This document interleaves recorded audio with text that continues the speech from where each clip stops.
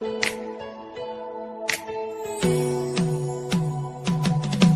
મિત્રો, બાળકોને ખાવી છે ભેળ, મગની ભેળ. તો જો મેં કટિંગ કરી લીધું છે ડુંગળી, ટમેટા, કોથમીર, લીંબુ, અને આ છે મગ, થોડાક વઘારેલા છે પીળા પીળા, સાથે છે સેવ, ચવાણું, ચટણી, મીઠી ચટણી, તીખી ચટણી, અને સાથે છે મમરા.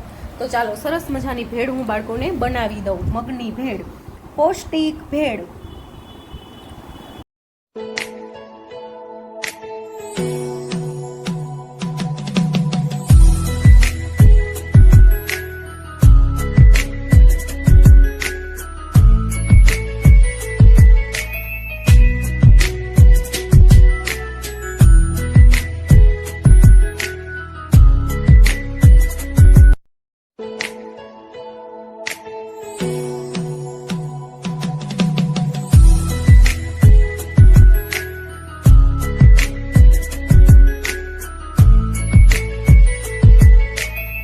ચાલો, બાળકોની મગની ભેળ બનીને તૈયાર થઈ ગઈ છે. જો સરસ મજાની બની ગઈ છે. અને હવે બાળકોને આપી દઉં મગની ભેળ.